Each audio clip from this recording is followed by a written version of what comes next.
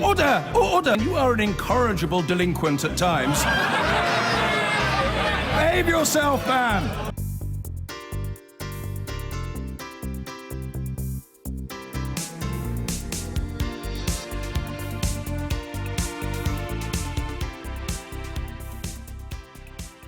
President Trump is facing serious questions about his knowledge of illegal campaign finance payments made during his run for the White House in 2016. Now, it follows a guilty plea by his one-time personal lawyer on charges of election irregularities. Michael Cohen admitted breaking the law, but said it was Mr. Trump who directed him to pay two women hush money to cover up alleged affairs before Election Day. Mr. Cohen's guilty plea came on the same day President Trump's former campaign chairman, Paul Manafort, was convicted of financial fraud in a separate case. Mr. Trump insists he's done nothing wrong and says there's a witch hunt out to get him, orchestrated by his opponents. Our North America editor, John Sopel, has the latest. Like an episode of 24, a blockbuster drama played out in a most momentous 5 minutes that could shape this tumultuous presidency. How are you? At a courthouse in New York, Donald Trump's long-term lawyer and Mr. Fix-It, Michael Cohen, pleads guilty to a series of crimes and implicates the president. 200 miles south in another federal courtroom, Donald Trump's one-time campaign manager, Paul Manafort, is found guilty of a series of tax fraud charges. In Washington itself, the president is being swept out of the White House to fly to West Virginia, rocked by the unfolding events. Paul Manafort, who ran Donald Trump's campaign in the run-up to the election, faces a lengthy jail sentence. But no doubt the bigger deal is Michael Cohen, because of what he said in court. Under oath, he said, in effect, the president instructed him to break federal law in buying the silence of a porn star and Playboy model. What he did was he worked to pay money to silence two women who had information that he believed would be detrimental to the 2016 campaign and to the candidate and the campaign. And Mr. Cohen's lawyer is making clear he has more to say on other issues. He had matters that would be of interest to the special counsel relating to pre-knowledge of computer hacking by Donald Trump, which, if true, would constitute knowledge of a crime committed by a foreign government in hacking our computers, which was part of the indictment of 12 Russians that the special counsel has already published. When Donald Trump arrived in West Virginia, he didn't talk about Cohen, only his former campaign manager. I feel very badly for Paul Manafort. Again, he worked for Bob Dole, he worked for Ronald Reagan, he worked for many, many people. And this is the way it ends up. At the rally, there were familiar chants, which seemed a little ironic given the circumstances. Drain the swamp, they chanted. And this from the president. Fake news and the Russian witch hunt. We got a whole big combination. Where is the collusion? You know, they're still looking for collusion. Where is the collusion? Find some collusion. This morning, the president took to Twitter, taking aim at Cohen, defending Manafort. I feel very badly for Paul Manafort and his wonderful family. Justice took a 12-year-old tax case, among other things, applied tremendous pressure on him, and unlike Michael Cohen, he refused to make up stories in order to get a deal. Such respect for a brave man. And with some gallows humour, this. If anyone's looking for a good lawyer, I would strongly suggest that you don't retain the services of Michael Cohen. Donald Trump returned last night to a storm-tossed Washington. It's been his darkest 24 hours as the legal jeopardy around him grew significantly. John Sopel, BBC News, Washington. Well, throughout his presidency, Donald Trump has come under huge pressure from many quarters, but so far it appears to have had a limited effect on his core supporters. Our correspondent Nick Bryant has been to the Republican stronghold of Staten Island in New York to assess the impact these latest allegations may have. Across the waters from Lower Manhattan, the Trump stronghold of Staten Island, the only borough of New York to vote for the hometown presidential candidate. From here, you can almost see the court complex where Michael Cohen made the explosive claim that Donald Trump directed him to commit a crime. But do people here care? You know, he is what this country needed at this time. Local businessman Steve Margarella believes that Donald Trump is making America great again, and yesterday's bombshell allegations don't trouble him. So yesterday, Donald Trump's personal lawyer stood up in court and implicated the president and said he told me to break the law. That doesn't worry you? No. The people that hate him are going to use it, and that's all you're going to hear for the next 6 months and through the elections. That's all you're going to hear. The people that like what he's doing, whether or not they like him as a human being, are going to kill us. On the beaches of Staten Island, what's widely viewed by Donald Trump's critics as the darkest day of his presidency casts few shadows. I think he's great. He's doing wonderful for the country and for the world. And I can't find anything wrong with him. Yesterday, his lawyer has said that he told him to break the law. Does that worry you? No, not really. They all break the law, you know? Millions of people break the law here. But he's the president of the United States. Well, he's human, too. Donald Trump once claimed he could shoot somebody on Fifth Avenue and his supporters would still vote for him. An extravagant boast may be, but one that speaks of his unshakable belief in the unwavering devotion of his loyalists. Nick Bryant, BBC News, Staten Island. Well, our North America editor John Sopel is outside the White House for us tonight. John, there's so much going on in relation to all this. What could happen next? Well, let's separate the two paths. There's the political path, which I'll come to in a second, and the legal path. Michael Cohen's lawyer has said that he is willing to help the special counsel Robert Mueller in looking into the whole issue of collusion over the Donald Trump campaign and whether the Russians helped that. We don't know whether Robert Mueller will accept that invitation. We also are waiting for the Mueller report, the long-awaited report that has been going on now for nearly 18 months. What is that going to say? What bombshells might that contain?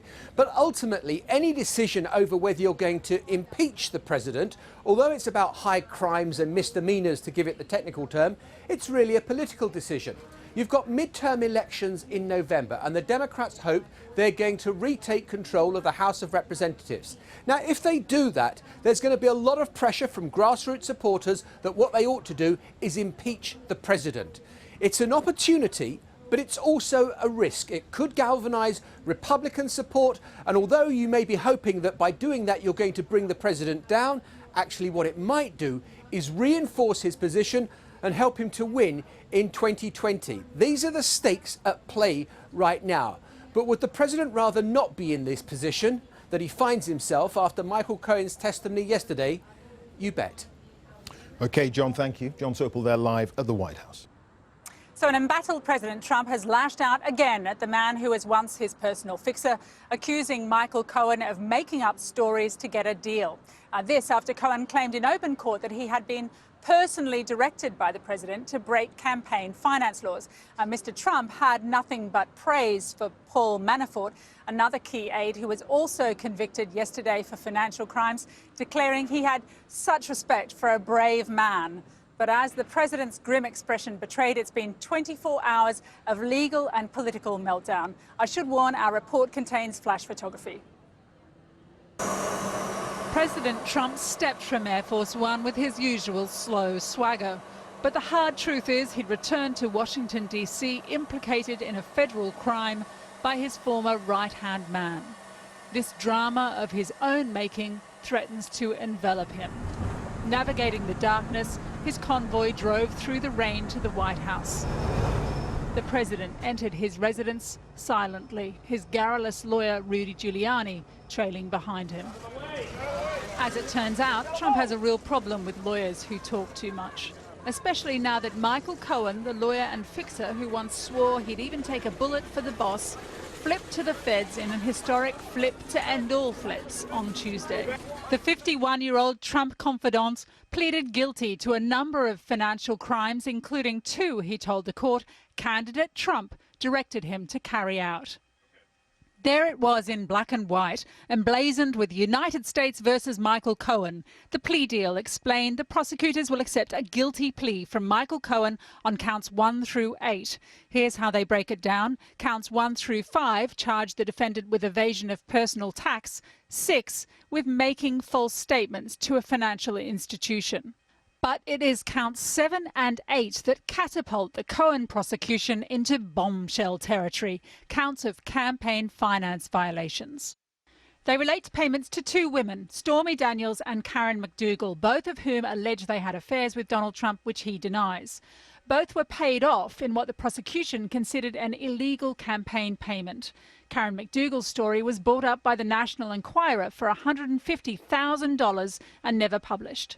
Asked to describe that crime in court, Michael Cohen stood and addressed the judge, reading from notes. In coordination with and at the direction of a candidate for federal office, I and the CEO of a media company, at the request of the candidate, worked together to keep an individual with information that would be harmful to the candidate and to the campaign from publicly disclosing this information. I participated in this conduct for the principal purpose of influencing the election. So that was Karen McDougal. Here's how Cohen describes the $130,000 payment to Stormy Daniels. Again, in coordination with and at the direction of the same candidate, I arranged to make a payment to a second individual with information that would be harmful to the candidate and to the campaign to keep the individual from disclosing the information. The monies I advanced through my company were later repaid to me by the candidate. I participated in this conduct, which on my part took place in Manhattan, for the principal purpose of influencing the election. I'm automatically attracted to beautiful. I just start kissing them. It's like a magnet. That second hush money payment was agreed just days after the notorious Access Hollywood tape surfaced. You remember, how could anyone forget, the grand display of misogyny and bragging about sexual assault. It damaged but didn't end candidate Trump's campaign. But had that episode of sleaze been reinforced by the stories of those 2 women, well, who knows what might have happened. What we do know now is the payments to those 2 women by Michael Cohen broke the law, which means Donald Trump is now implicated in a crime that might have helped him to become president. On mainstream television talk shows, they've started calling him an unindicted co-conspirator. And the last one of those who sat in the White House was named Richard Nixon. Where is the collusion? You know, they're still looking for collusion. Where is the collusion? Find some collusion.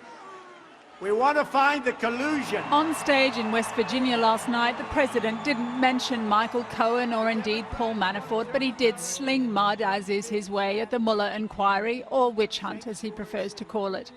In the audience, Trump supporter Wayne Gatto was focusing on the positive. Our country was heading into a terrible situation.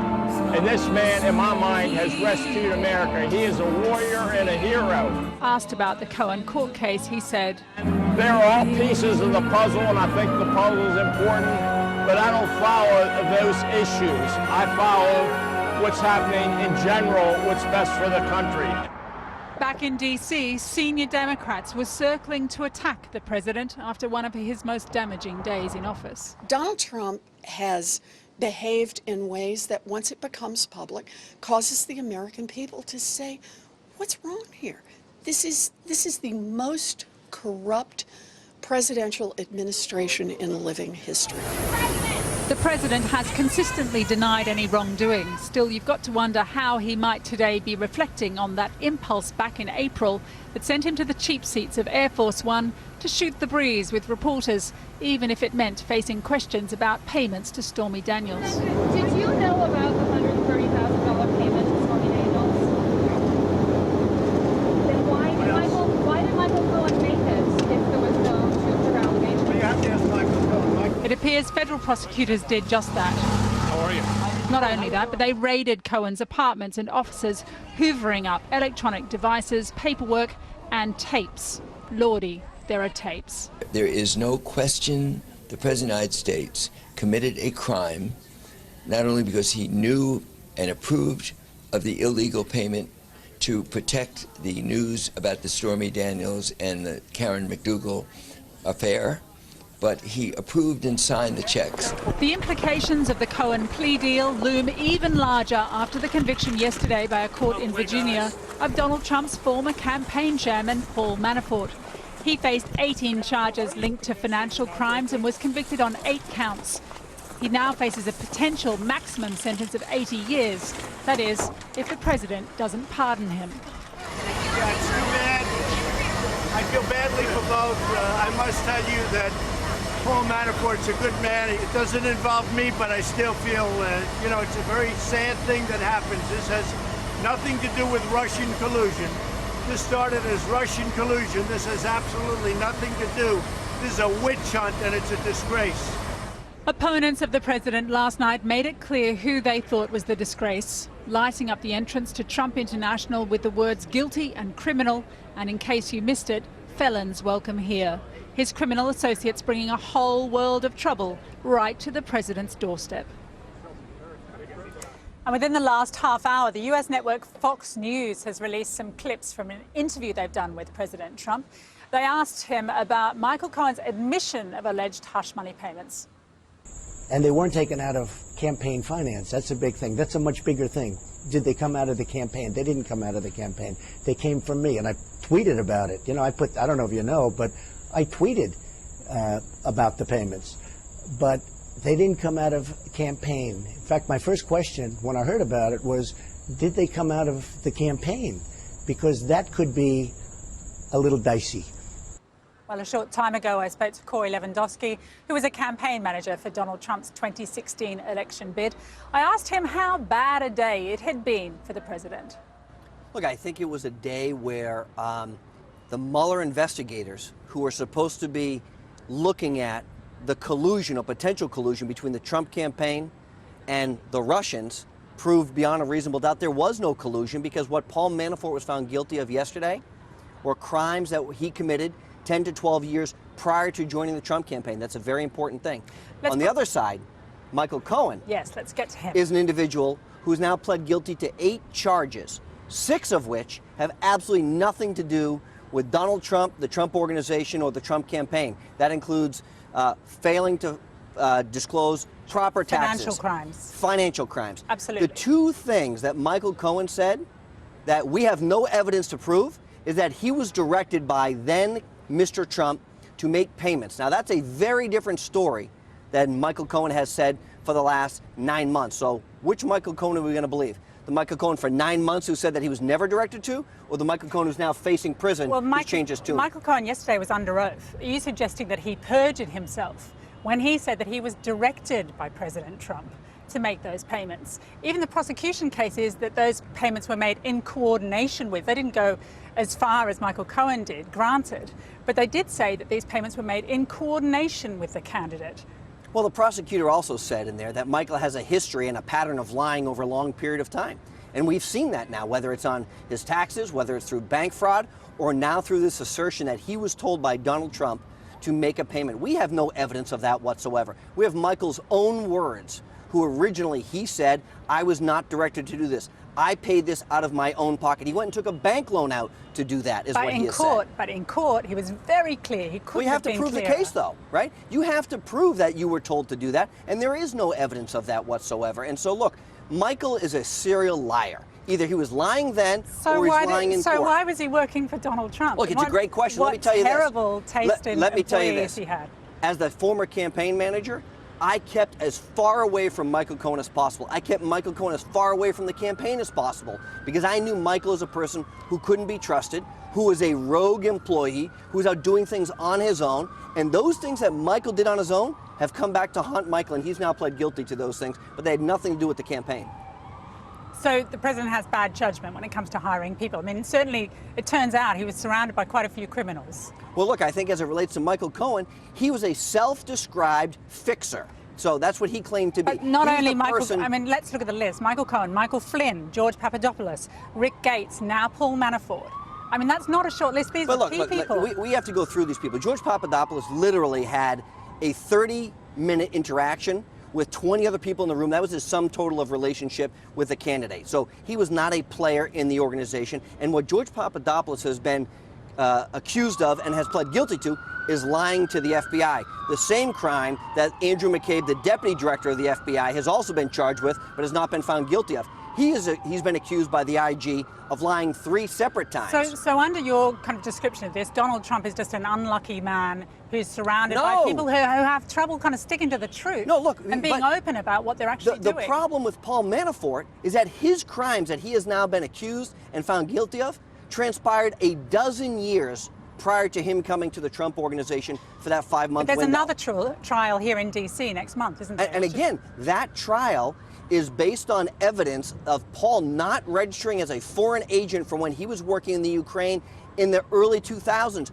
I don't know how you could hold an employer responsible for someone that committed a felony 12 years before if you had no access to their financial records. So for Donald Trump, what's the path forward? The path forward is continuing to say this is a witch hunt, that all of this is smoke, there's no fire. Look, the path forward should be very clear. It's exactly what Mayor Rudy Giuliani said. There has to be a time limit where the Mueller investigators are either going to report to the Department of Justice and they're going to say, we have found evidence, which we've been tasked with, that there is collusion, which we know there hasn't been, or they have to put a path forward that says there is no evidence of collusion between the Trump campaign and the Russians, which is what their basic premise was supposed to be, to investigate. But it's only fair to the American people that one way or the other, they draw a resolution and they report that to Congress and they report that to the Department of Justice, and that has to come very quickly. Does that have to happen before the midterms? I think it should happen by Labor Day. They've been investigating for 2 years. Either they found evidence or they haven't found evidence, but either way, they should write their report and they should let the American people decide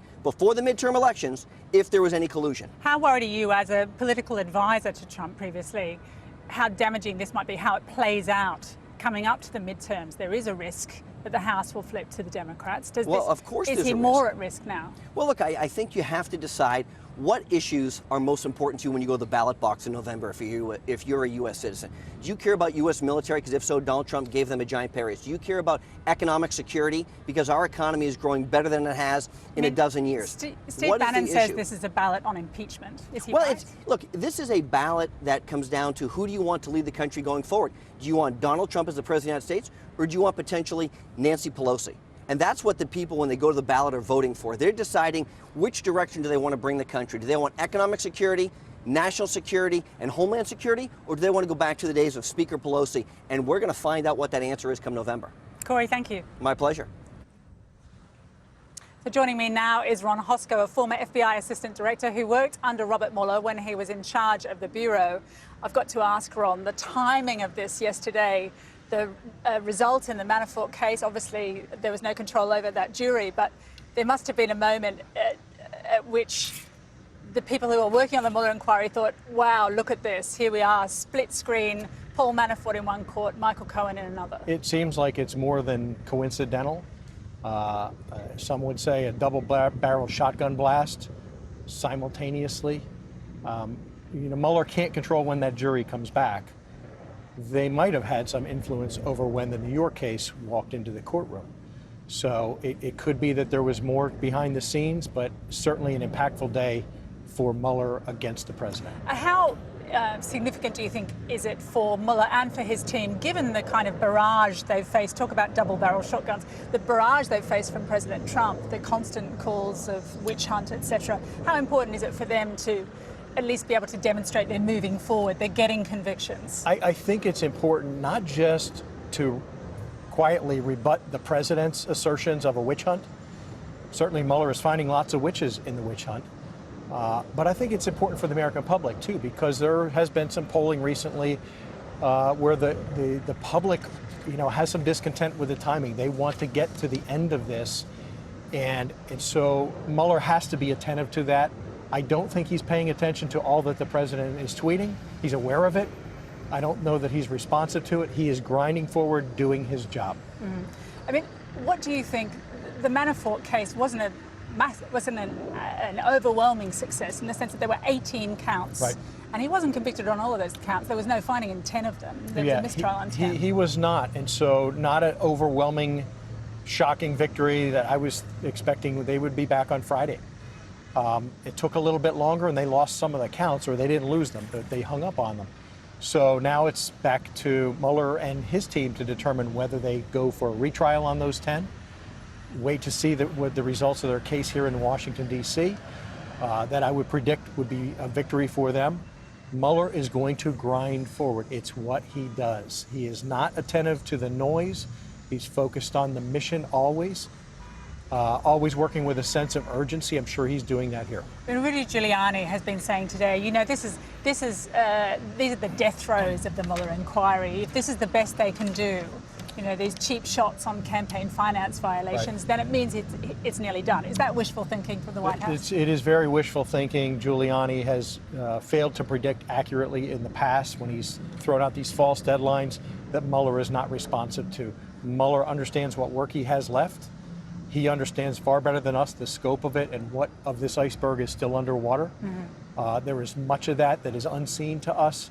Mueller will continue to grind forward, and it will be over top of what Rudy Giuliani creates. I mean, an interesting response from President Trump earlier on Fox, saying that this was a payment from him personally, not a payment from the campaign, and for that reason he can't be subject to campaign finance violation allegations. Well, I don't think the president's the only one raising that issue. A former FEC chairman was raising similar concerns about whether these personal payments are actually campaign finance violations. And so we may have a case where things look very nefarious, conspiratorial, dark, covert, criminal, perhaps. But if there's not an underlying offense, that's a problem for bringing future. Which is perhaps why we saw Michael Cohen go slightly further than the prosecution yesterday. And certainly plays into the hands of somebody like Lanny Davis. Understood.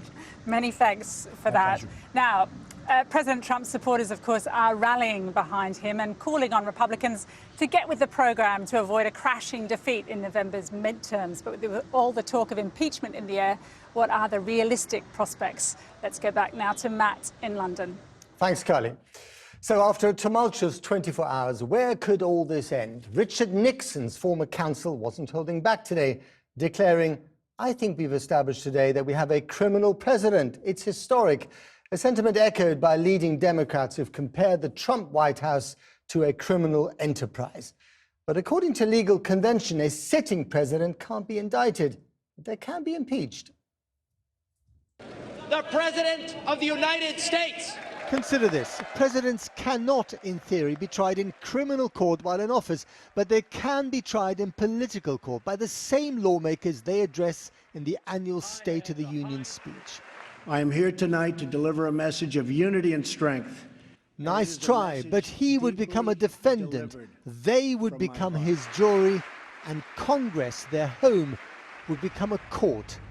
The lower house could impeach him with a simple majority, but only the Senate can remove a sitting president with a 2/3 supermajority, and that has never happened. It almost did in 1974 after Watergate. The power of impeachment is one of those great checks and balances written in our Constitution to ameliorate the stark doctrine of the separation of powers. The threat of removal by the Senate made Tricky Dicky say the hardest words. I shall resign the presidency effective at noon tomorrow. Then there was Bill Clinton. I did not have sexual relations with that woman. He was impeached for perjury and obstruction of justice by the lower house, controlled by the Republicans, but the party lacked the votes to throw him out in the Senate. The said William Jefferson Clinton be and he hereby is acquitted of the charges in the said articles. To misquote Bill Clinton, it's the politics, stupid, always has been. In 1868, President Johnson, a Democrat too hard on slaves after the Civil War, was impeached by the Republicans in the House, but acquitted by one vote in the Senate. You get the picture. Impeachment is highly political, and no sitting president has ever been removed from office. But could Trump make history here too? He likes to break the mold, after all. It all depends on the upcoming midterm elections. In order to impeach him, the Democrats need to seize the House, possible, and then secure a 2/3 majority in the Senate, almost impossible. And every Republican who considers turning on their own president has to remember this guy. Is it dangerous to be friends with Donald Trump? We're going to call out what is the blatant, single, most disgusting two-tier justice system that we've ever seen in our country's history. Sean Hannity, Fox News anchor, Trump cheerleader-in-chief. We love Trump. The president's fan base is becoming more loyal, locked in with a booming economy and stock market, and a tribal hatred of the other team. We're joined now from Martha's Vineyard by Harvard Law School's Emeritus Professor Alan Dershowitz, who is also an unofficial advisor to Donald Trump. Thanks for coming on the program, Professor Dershowitz. So Donald Trump said today... No, I am not... No, stop. Right? I am not an unofficial advisor to President Trump. I have never advised him. Okay. I voted for Hillary Clinton. I'm going to vote against the Republicans. Stop that. I am not an unofficial advisor. I am an expert on constitutional law, civil liberties. I would be making the same arguments for Hillary Clinton if she had been elected president. Okay. And do not repeat that false charge. I apologize. We were misinformed, and I apologize. So can we now continue with the interview? Good. I accept your apology. Okay. Jolly good. Okay. Sure, please. So President Trump said on Fox News today, there's a clip of him saying, I did pay the hush money, but it didn't come out of campaign finance. Now, in your legal opinion, does that get him off the hook? Well, first of all, he's not even on the hook because a president is entitled to make whatever payments from his own personal funds he wants to support his campaign. And so if the president, when he was a candidate, made the contribution himself or did it through his lawyer, there'd be no violation of the campaign laws other than a failure to report, which is very common in campaigns. But paying from his own money rather than from campaign expenses obviously is a big difference. When Edwards was a candidate, he was accused of paying campaign funds to pay his mistress. He was charged with that, but the jury didn't convict him. Forgive me for being a little churlish and old-fashioned here, but once upon a time, paying hush money to two former alleged mistresses in an election year would have been political suicide. It would have been political suicide, but not a crime. And the important thing of the rule of law is to distinguish political sins from felonies and crimes. And that's a very, very important distinction to make. And I think one can fairly condemn anybody who pays hush money for accusations of this kind. And the public should have known about it. That's all clear. Those are all good reasons for voting against the candidate. But to move the line from political sin to a crime would violate the rule of law. Okay, so you must have heard the words today of John Dean, former counsel to President Richard Nixon, who said, it is now proven that we have a criminal president in the White House, and this is historic. What do you make of that comment by a fellow legal counsel? Well, I think he's using it as a metaphor when he says a criminal president. He hasn't specified what alleged crimes the president has committed. I'm against the expansion of the criminal law to target individuals, even individuals who I voted against. So I think using the term criminal loosely should generally be avoided. Now, President Trump has made a meal of the fact that there's no hint of collusion here with Russia. That's not what these cases are about. But they did stem from that initial inquiry, didn't they? And also, the whole collusion business with Russia is the dog that hasn't barked yet. Well, the same thing happened with Clinton. It started as a Whitewater investigation, and then it morphed into allegations of sexual impropriety and perjury. That's the problem with special counsel or special prosecutors. They have this enormous authority to expand the scope of their investigation. Collusion is not a crime. Conspiracy to break the law or helping a foreign country break the law, like hacking, would be a crime. So again, we have to be very clear about where the line is between bad behavior and criminal behavior. And am I right in thinking that it is custom, but not necessarily written into the Constitution, that a sitting president cannot be indicted in criminal court? That's a false assumption. It is written in the Constitution. In my book, The Case Against Impeaching Trump, I make a very strong argument that the Constitution says that a president can be charged with a crime after he is impeached and removed for office. The negative pregnant to that is very clear, that he cannot be charged or put on trial for a crime while he's sitting as president. He can be charged after he leaves office, either at the end of his term or if he's impeached and removed. But it's the Constitution, not custom, that says that a sitting president cannot be charged with a crime. Now, President Trump has talked about pardoning himself in theory in the past. Do you think that he should pardon or could pardon Michael Cohen and Paul Manafort? Well, he's not going to pardon Michael Cohen. Michael Cohen's the enemy. He's going to attack him. He's going to try to prove he's lying. He might pardon Manafort. He certainly said things that would suggest that. That would be akin to what President Bush did when he pardoned Caspar Weinberger, the former Secretary of Defense, and 5 other people who were about to stand trial for crimes that might have implicated President Bush. Again, not an impeachable offense, but a political sin. Now, those of us looking over from the other side of the pond might ask, where is the moral backbone of America these days? Well, where is the moral backbone of Great Britain to have as the head of the Labour Party a virulent anti-Semite, a virulent hater of Jews and the nation state of the Jewish people? Don't lecture us about our political system as long as you have Jeremy Corbyn, who may potentially become the next Prime Minister of England. Shame on Great Britain for allowing that to come to pass. I wasn't lecturing you. I was merely asking a question which is commonly asked, and I don't want to bring Jeremy Corbyn into this discussion. He would be rejecting all those accusations, obviously, that you made. He would be, but he'd be falsely rejecting them. Alan and I'd be Dershowitz, happy to debate that anytime you want. Okay, we've run out of time. Professor Dershowitz, thank you very much indeed. And our apologies for those unexpected remarks from one of our guests about the Labour leader, Jeremy Corbyn, who, as we've reported many times, consistently and robustly denies any allegations of anti-Semitism.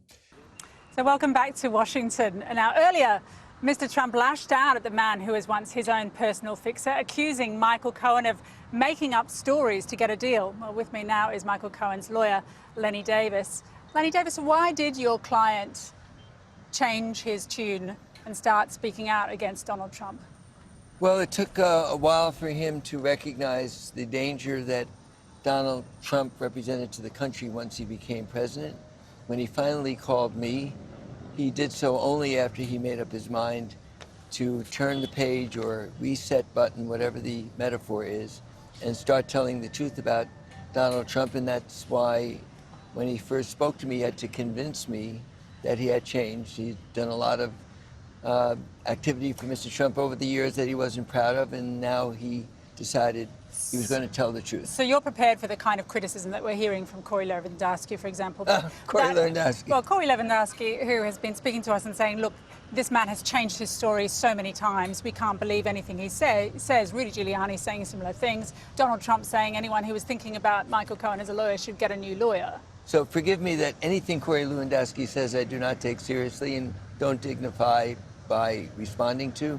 But when we have Donald Trump, whose lies are literally categorized every day, and then Rudy Giuliani, who tells the world that truth isn't truth, and now we have today the President of the United States getting the law wrong when he says, well, if it's campaign funds, that's dicey, but if it's personal funds, that's okay, which is false as a matter of law. Let's get into that. Tell me. So that is his, it seems, emerging as his main defense, that these funds came out of his personal money. It was a personal arrangement between himself and Michael Cohen. It had nothing to do with the campaign. So initially he says he was worried when he heard about the payments, not having known about them before, but when he realized that they were his payments, not the campaign's payments, then he thought he was home safe. He thinks he's done nothing wrong. I know your viewers are going to be shocked when I say that Donald Trump doesn't speak the truth. He doesn't know when he lies, and when he's lying and he knows he's lying, he doesn't care.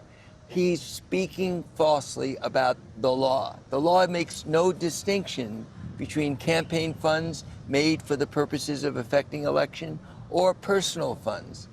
It's illegal, it's a felony, and the U.S. government, through the U.S. Attorney's Office and Mr. Cohen, called the President of the United States a felon yesterday in federal court.